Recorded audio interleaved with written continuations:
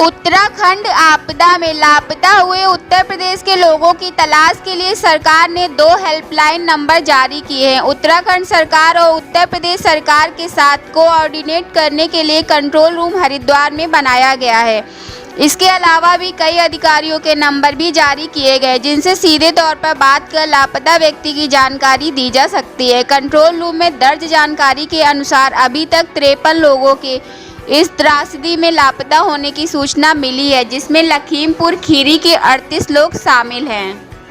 आज शाम यानी मंगलवार को उत्तर प्रदेश के कैबिनेट मंत्री सुरेश राणा, आयुष मंत्री धर्म सिंह सैनी और बाढ़ राहत राज्य मंत्री विजय कश्यप उत्तराखंड पहुंचेंगे।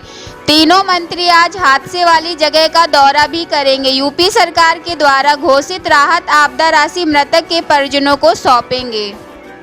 अभी तक कंट्रोल रूम में दर्ज की गई शिकायतों में यूपी के 53 लोगों के लापता होने की सूचना मिली है।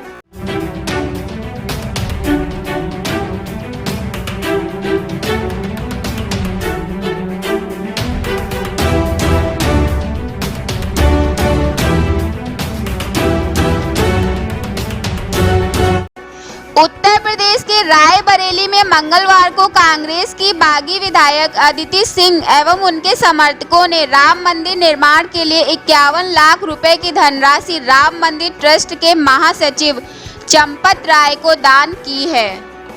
इस मौके पर चंपत राय ने कहा है कि राम मंदिर जन्मभूमि के निर्माण कार्य का नींव का कार्य मकर संक्रांति से शुरू हो गया। अब तक 400 फीट लंबा, 250 फीट चौड़ी, 50 फीट गहरा मलबा हटाया गया है।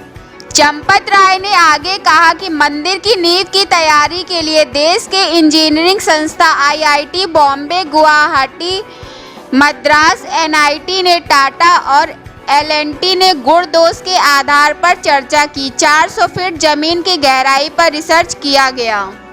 सरयू नदी का किनारा है, नदी कभी भी अपना बहाव बदल सकती है, उस पर चर्चा हुई। भगवान का यह मंदिर 36 से 39 महीनों में बन जाएगा। रायबरेली ब्यूरो।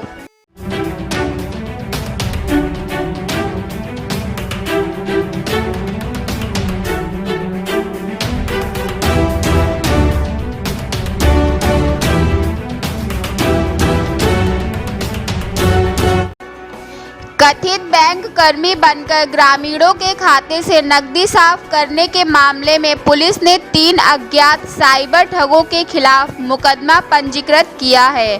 पुलिस अब उनकी तलाश कर रही है। थाना क्षेत्र के ग्राम अहलामई निवासी जागेश्वर पुत्र होरीलाल कुशवाहा ने दर्ज कराए गए मुकदमे में कहा है कि बीते 18 जनवरी को उसके गांव में 3 अज्ञात व्यक्ति अपाचे बाइक से आए। उन्होंने ग्रामीणों से कहा कि वह लोग बैंक वाले हैं, तुम्हारे खाते में मोदी द्वारा भेजा गया पैसा आता है या नहीं, यह चेक करना है। जिसके बाद वे तीनों आरोपी अपना लैपटॉप खोलकर बैठ गए। उन्होंने उससे कुछ कागजात अंगूठा लगाकर फिंगरप्रिंट मशीन पर रखवाया। आरोपियों ने कहा कि उसकी उंगली सही से नहीं लग पा रही, जिसे बैंक में PM मोदी द्वारा भेजे रुपए चेक किए जा सके। आरोपी इसके बाद लगभग 7 बार आए और उसका अंगूठा फिंगरप्रिंट मशीन में लगाकर कहते रहे कि अंगूठा ठीक नहीं लग रहा है। आरोपियों ने गांव के मडैया निवासी सुरेश पांडे पुत्र बाबूराम का भी अंगूठा कई बार लगाकर आधार कार्ड और पासबुक की छाया प्रति प्राप्त करके ले गए। साइबर अपराधियों ने जागेश्वर के 72,495 रुपये और सुरेश पांडे के खाते से 27,000 रुपये साफ कर दिए। इसके साथ ही खंडौली निवासी सोनू पुत्र रामचरण के खाते से भी तीनों अपराधियों ने 14,000 रुपये साफ कर दिए। पुलिस ने तहरीर के आधार पर तीनों अज्ञात आरोपियों के खिलाफ 419, 420, 467, 468, 471 व 66 IT एक्ट के तहत मुकदमा दर्ज कर लिया है। पुलिस जांच में जुट गई है।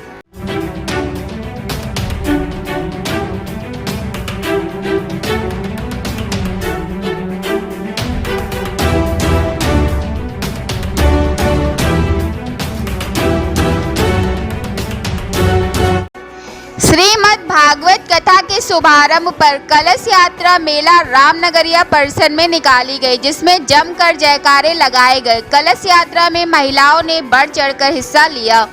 मेला रामनगरिया में कलश यात्रा मेला क्षेत्र का भ्रमण करते हुए सीढ़ी नंबर 7 के निकट कथा पंडाल में आकर संपन्न हुई। यात्रा का कई जगह पुष्प वर्षा के साथ स्वागत किया गया।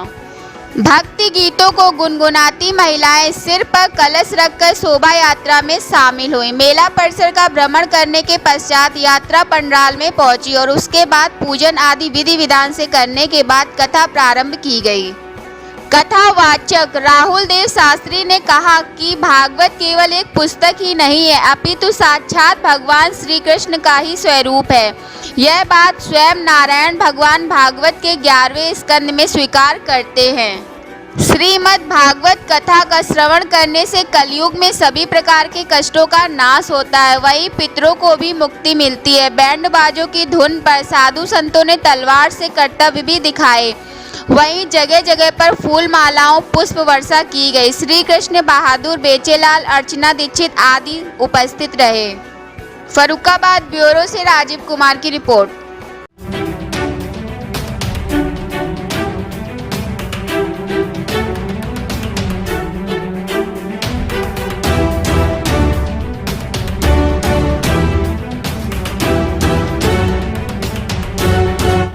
गंगा नहाने आए युवक की पैंट से नकदी और मोबाइल चोरी कर लिया गया, जिसके बाद शक होने पर कुछ युवतियों को पकड़कर पुलिस के हवाले किया गया। पुलिस उनसे पूछताछ कर रही है। मेला थाना क्षेत्र के पांटून पुल के निकट जनपद हरदोई के निवासी अमित कुमार गंगा नहाने के लिए आए थे। उसने अपने कपड़े बाइक पर रख दिए और गंगा नहाने चला गया। जब लौटा तो उसके पैंट से 1200 रुपये नकदी, मोबाइल और आधार कार्ड, ATM आदि गायब था। शक होने पर उसने कुछ युवतियों से रोक लिया। सूचना पर पुलिस ने युवतियों से पड़ताल शुरू कर दी है। फर्रुखाबाद ब्यूरो।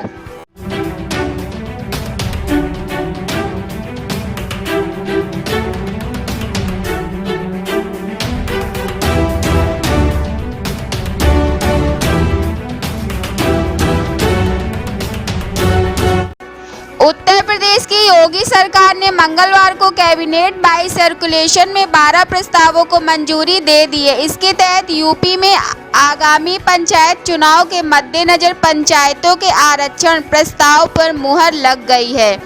माना जा रहा है कि 1-2 दिन में अब इस संबंध में शासनादेश जारी हो जाएगा। इसके अलावा यूपी विधि विरुद्ध धर्म संपरिवर्तन प्रतिषेध विधेयक 2021 से जुड़े प्रस्ताव को मंजूरी दी गई है।